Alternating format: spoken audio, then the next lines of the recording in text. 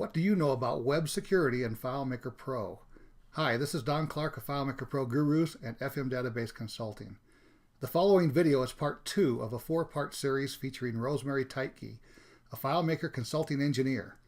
Rosemary presented at the December 2014 New Mexico FileMaker User Group meeting, and her presentation is basically an updated version of her DEVCON 2014 presentation on web security.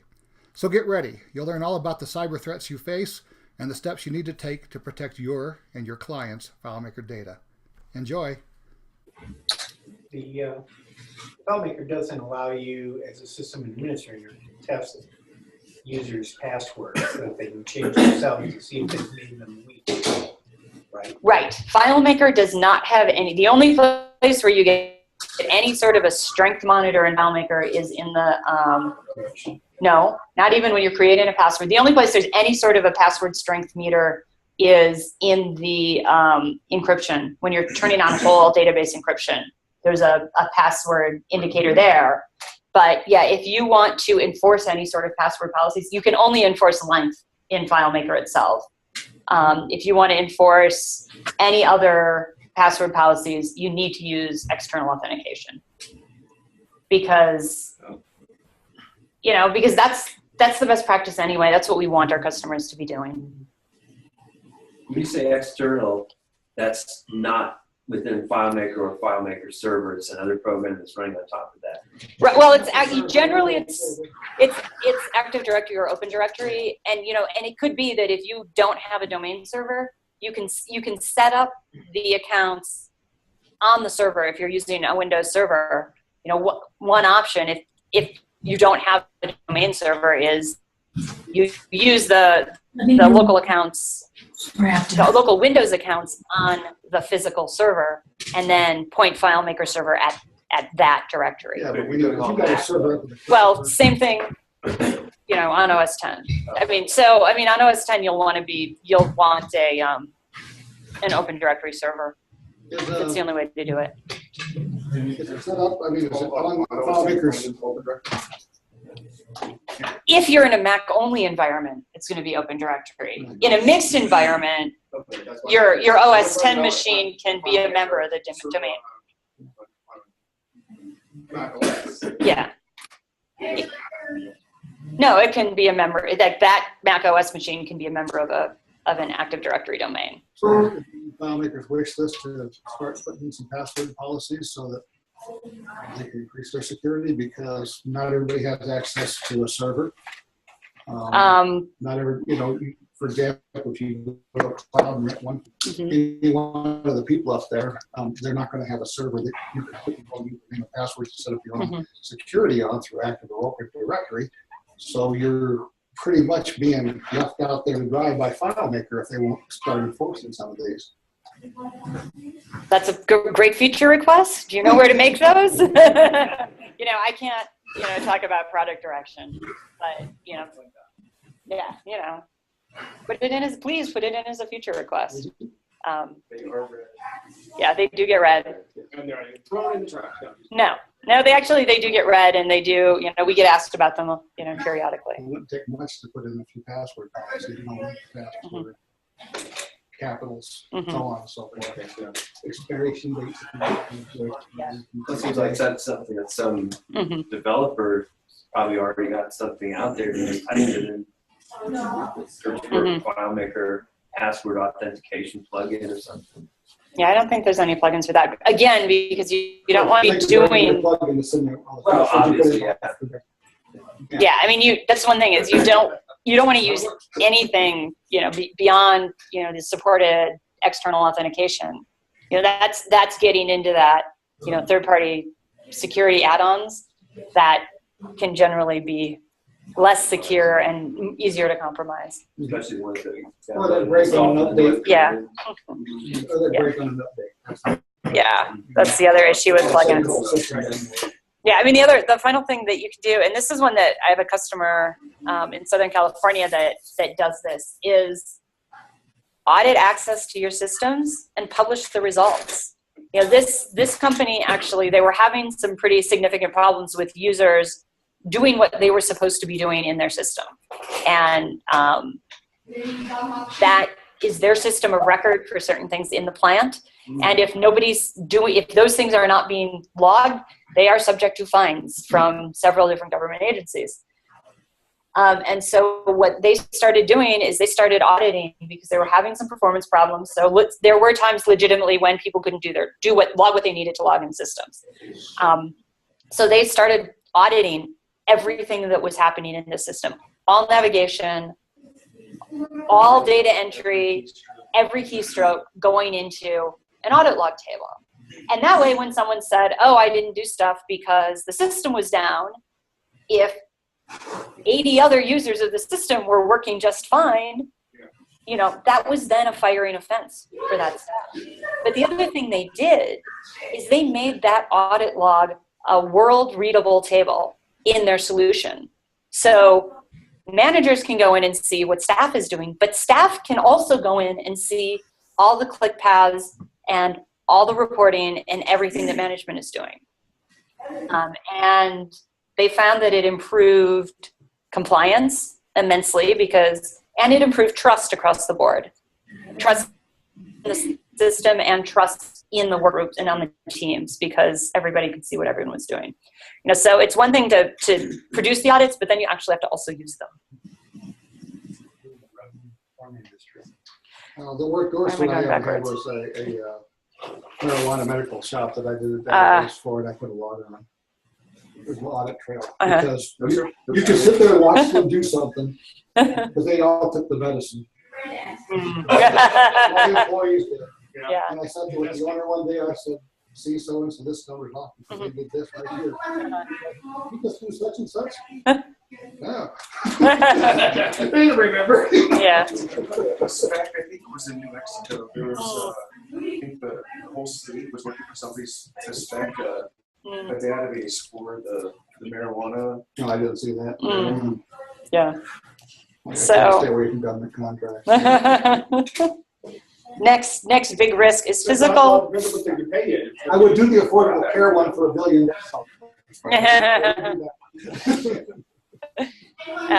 Physical loss and theft of assets. This was about almost 10,000 reported incidents. 116 had confirmed data disclosure.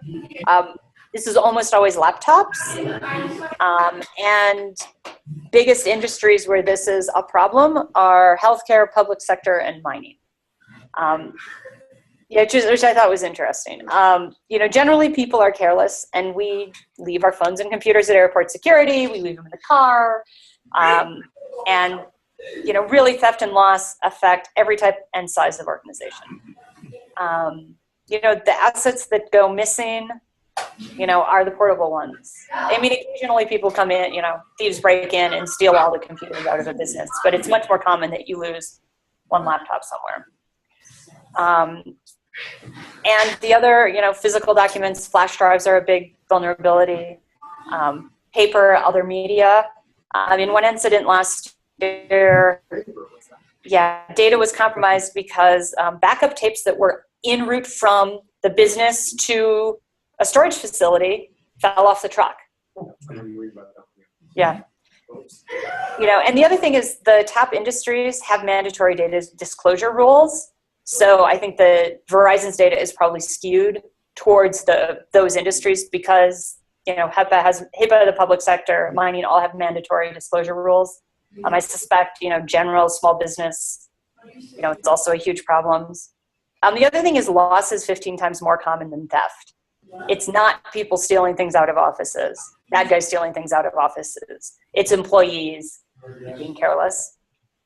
So there's a couple things, people are going to continue to lose things, but, let's be smart about it. One thing is encrypt, either do whole disk encryption or enable whole database encryption in FileMaker solutions. So that then if a backup tape falls off a truck or if a machine that has a sensitive data in FileMaker is lost, you need that unencryption passcode or password to get access to the data.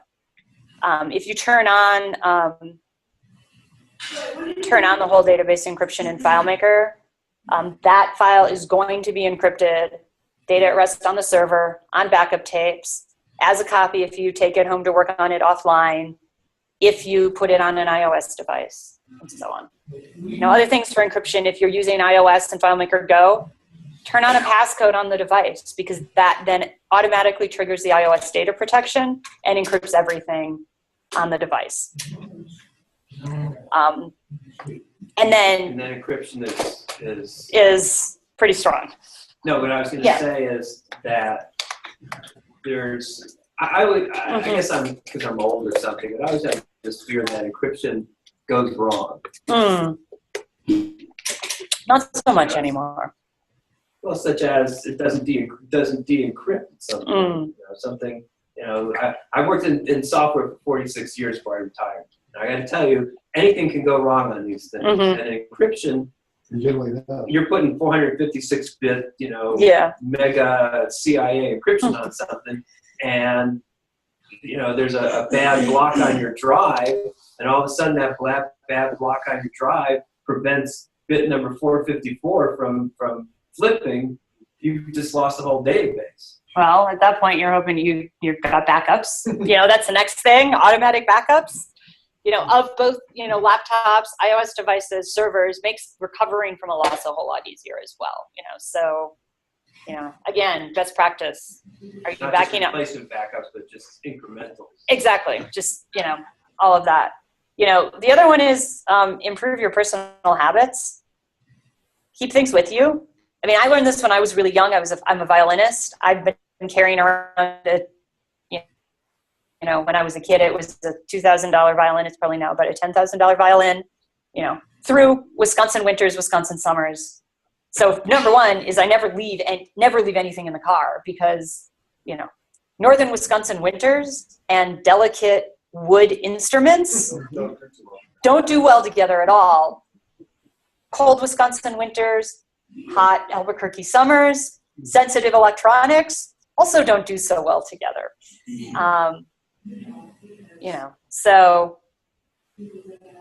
other, sensible things. If you're working in Starbucks and you have to go to the bathroom, take your stuff with you. Because really, who wants to admit to your boss or your insurance company that, you left your stuff? Exactly. Yeah. I mean, and the other thing is, theft in general happens most frequently out of offices. So, secure things are what. Sensitive documents should be locked up. Invest in cables. I, in fact, got a nasty note. I was doing a backup of my laptop in preparation to install Yosemite last month. And it was running too long, so I decided to just leave it on my desk running overnight. The next morning, I had a nasty note from our office manager saying, you broke policy and did not lock, you left a laptop turned on in plain sight overnight. You didn't put it in your locked file drawer or whatever. And I was like, yes, I did. I did that on purpose, but because I had a process that was going to run for 10 hours and I needed to leave it running, and I couldn't really lock it up and have it do that. But, and I've talked to several FBA members over the years who've had break-ins in their offices and lost things that way.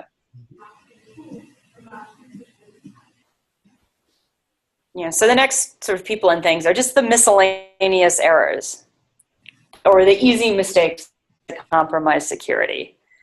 Frequently, in terms of data disclosure, it's an off by one error in a mass mailing where, the person stuffing the envelopes gets the letter and the pre-addressed envelope off by one in the stack. And so all of a sudden, I've gotten somebody else's financial statement, or I've gotten somebody else's health insurance bill, doctor's bill, and somebody else has gotten mine.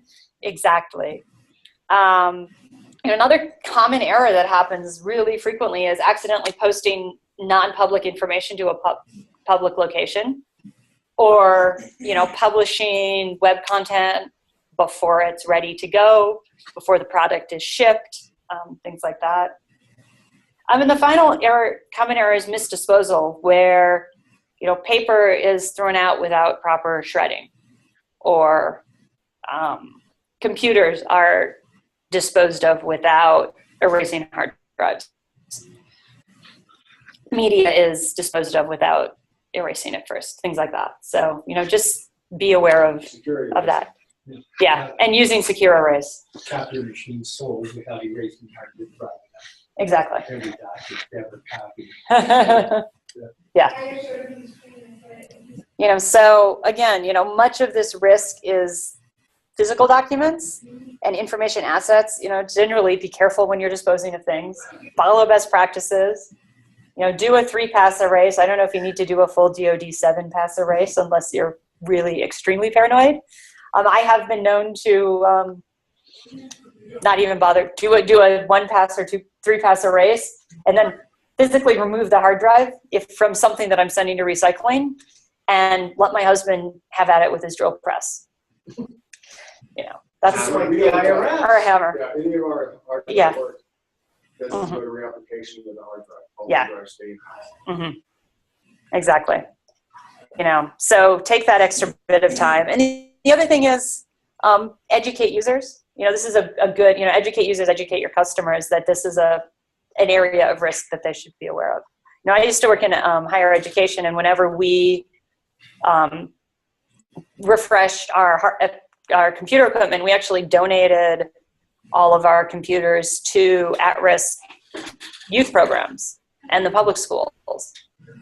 This was 12 or 15 years ago, but, now less so. So just a little bit, disclosure, education is one of those arenas where accidental disclosure happens a lot. And one of the key regulations there is Firpo, which is the Federal Family Educational Rights and Privacy Act. Does anyone do work in K-12 or higher ed? You did? Yeah, I finally tried out. Yay! So I'm just going to skip over that. Yeah. So we'll just skip that. But generally, the best, it's really about not disclosing student information. And the interesting thing about that, that law in comparison to HIPAA, is Firpo was written in the early 70s. So there's almost nothing in the statute itself about electronic records. It's really about paper records. Whereas HIPAA is all about electronic records.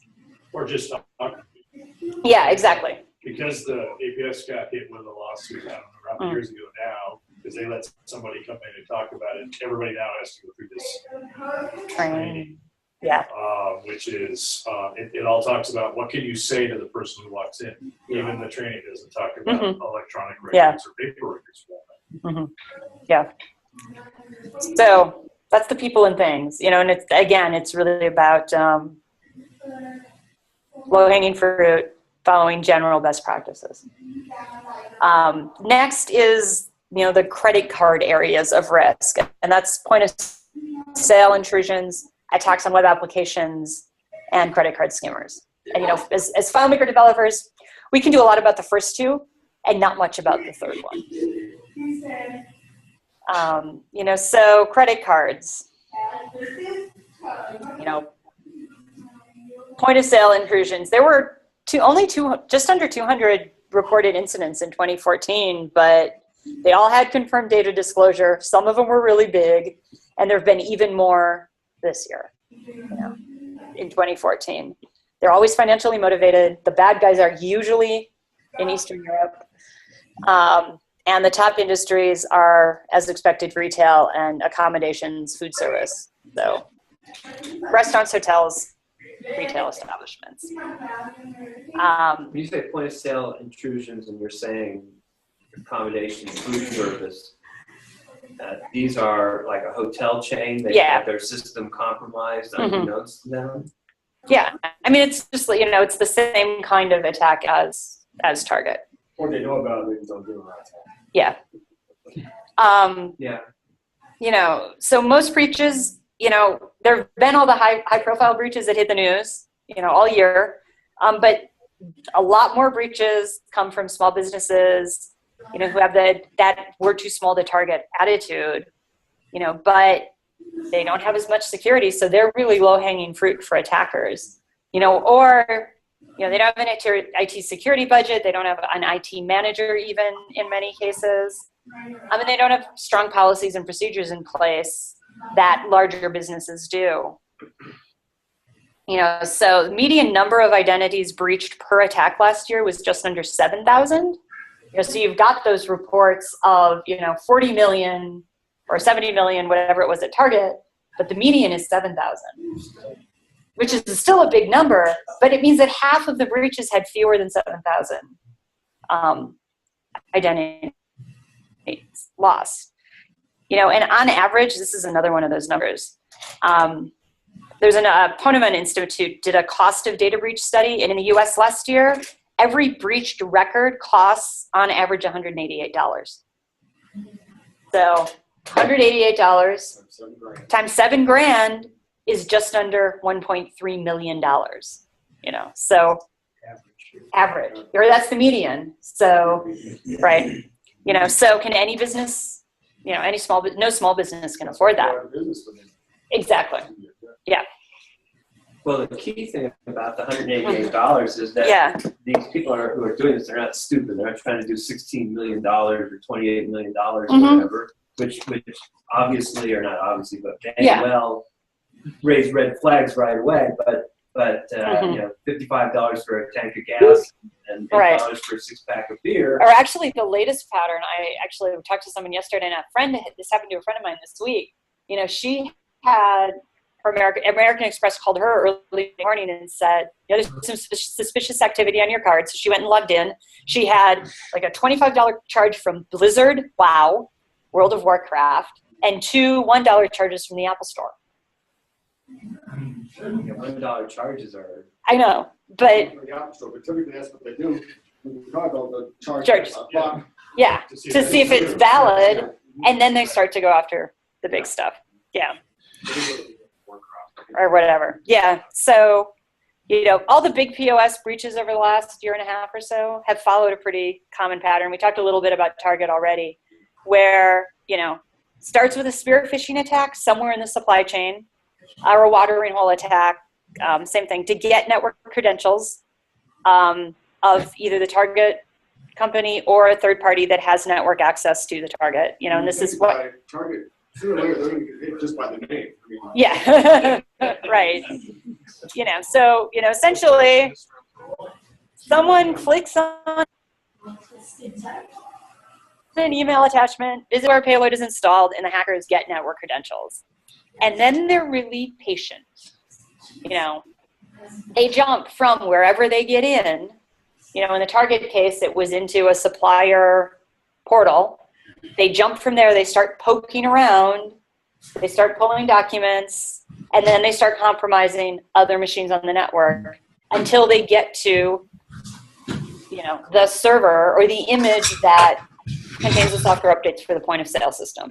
And so then what they did is they inserted their malware into that next point of sale update, and when Target pushed out point of sale updates or anybody else, when they push out that point of sale update to all the terminals, suddenly it's there. And then it's, on the back end, it's, grabbing that data out of memory, stashing it somewhere on the network, and then pulling it off. Well, that was one of the things that the guys in Black Hat first guys, they either by USB port, so they have physical access to it. But they just said it with the update, set up the update automatically. They just changed the whole code and that's what they So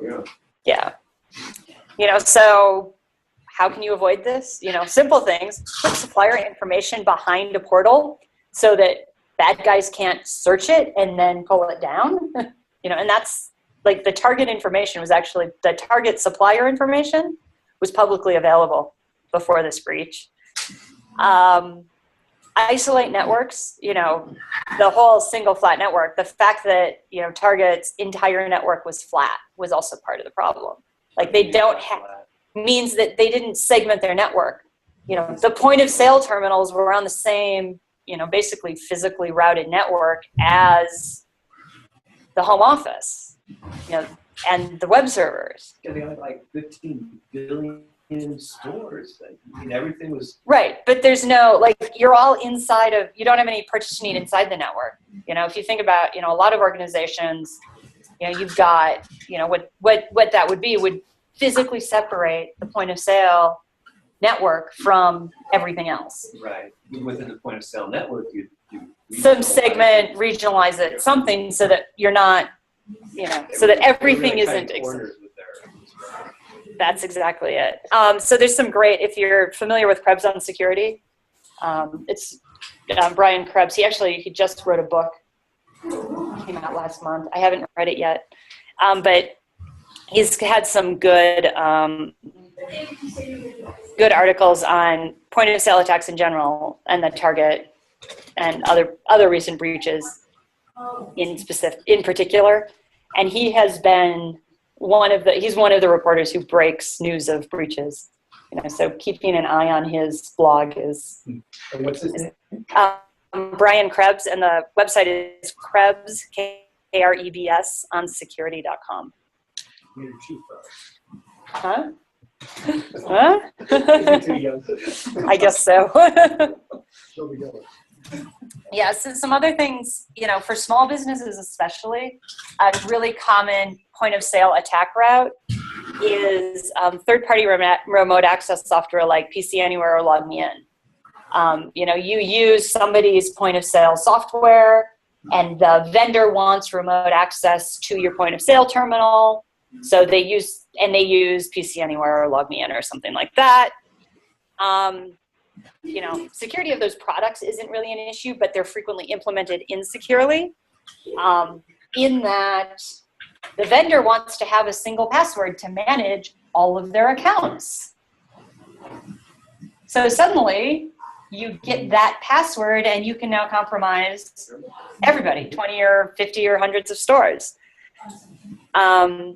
You know, and that's one of those, you know, to discuss with the vendor the business need for direct access, that remote LogMeIn type access to the point of sale system.